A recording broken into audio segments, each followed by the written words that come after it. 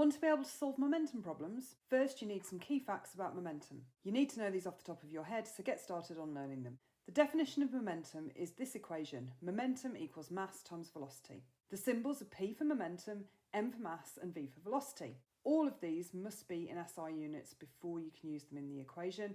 The SI unit for momentum is kilogram meters per second, and it's a vector. This means it's got both direction and magnitude. So if identical cars are travelling in opposite directions with the same speed, they will have equal size momentum, but one will have a positive momentum and the other negative. And the positive and negative indicate that their directions are opposite to each other.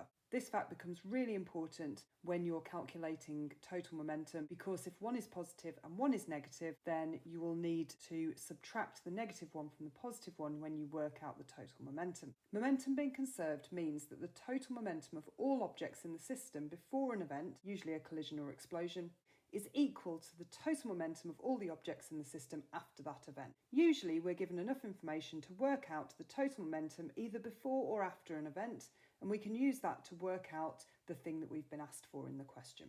So my strategy for solving these sorts of problems is, firstly, always state the law of conservation of momentum. You will always get marks for this even if you don't solve the problem successfully.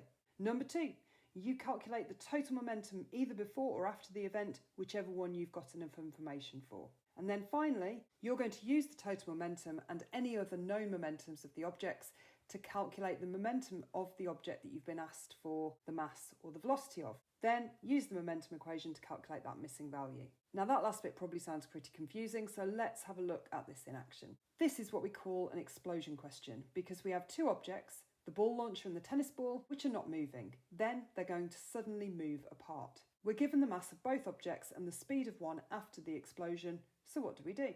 First, always write the law of conservation of momentum. In the case of explosions, the total momentum before an event is always zero, as there's no motion before the explosion. Both the velocities are zero, so when you do P equals mv, you're going to come out with zero for both objects. So we're just going to write total momentum is equal to zero. This will mean the total momentum after the explosion is also zero, because we're obeying the law of conservation of momentum. So the momentum of the ball plus the momentum of the launcher is going to be zero.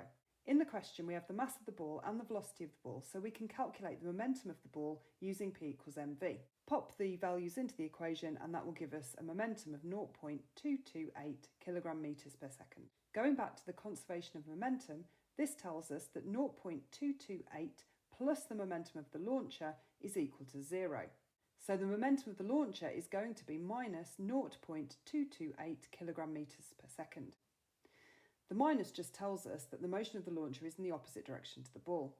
So we're nearly there. Now we know the momentum of the launcher, we can use P equals mv to work out its velocity.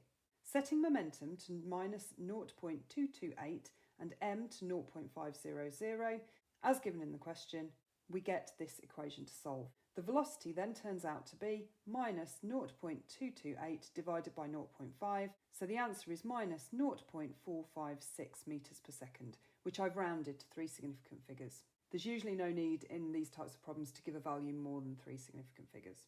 Remember, the answer is negative because the launcher travels in the opposite direction to the ball. If you're finding this helpful so far, give the video a like, subscribe and hit the bell. I'll be grateful to you forever, and you'll get notified when the next video comes out.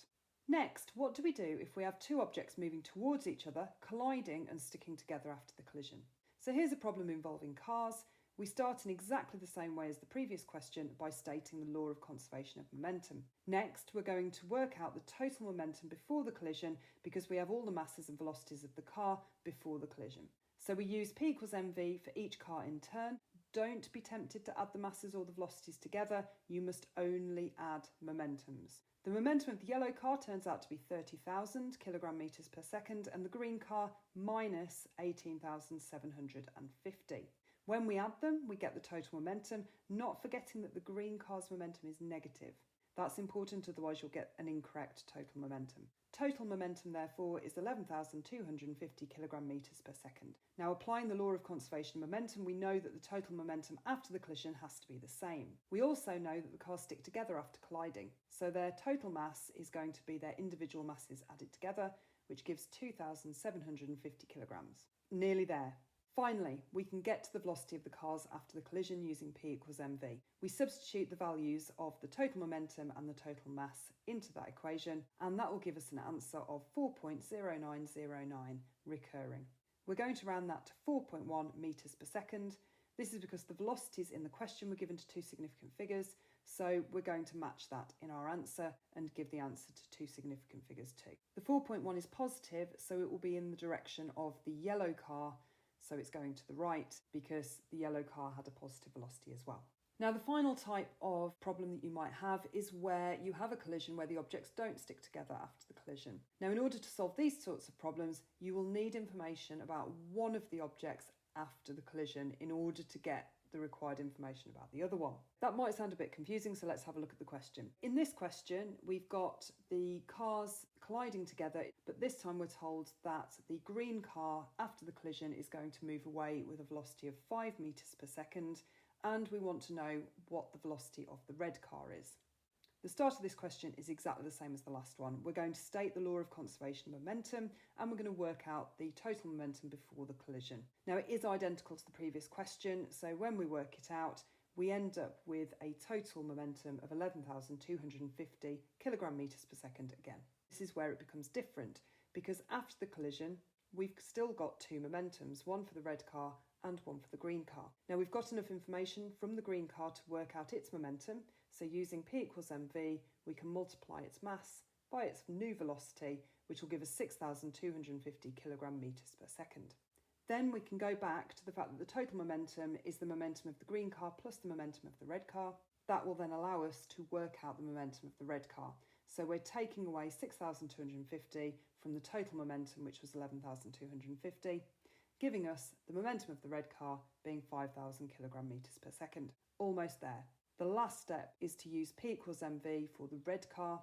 We know that P, its momentum, is 5,000. We know that its mass is still 1,500. So we can substitute that into P equals mv, rearrange it, and then it's going to give us a final velocity of 3.3 recurring. Now, we don't like recurrings in physics, so again, we're going to have a look at the number of significant figures given for the velocities in the question, which was 2. We are going to match that in our answer. Final answer will be 3.3 metres per second. This is a positive velocity, so that tells us that the direction of it is the same as the direction of the green car, because that was also positive, so they are both going to the right. That covers most types of questions that you can get about momentum. If you've seen any others that you're stuck on, feel free to leave them in the comments and I'll have a look at them and see if I can help you out. So to summarise my strategy for these questions, the first thing you're going to do always is state the law of conservation of momentum. This is an insurance policy. You're going to have to use it, so you may as well write it and you will get some marks regardless of whether you get to the right answer in the end. Second stage, we're going to start solving the problem. So we're going to work out the total momentum of the system either before or after whatever is going on, an explosion or collision. You'll have enough information to work one of them out. Once you've got the total momentum of the system, you can then use that to work out the momentum of the object that you've been asked to calculate either the mass or the velocity of. Finally, you can use P equals mv to work out that missing value. If you've enjoyed that video, please give me a like, hit the subscribe button and the bell button. Like I said earlier, I'll be grateful forever, and you'll get notified of all my videos. See you next time.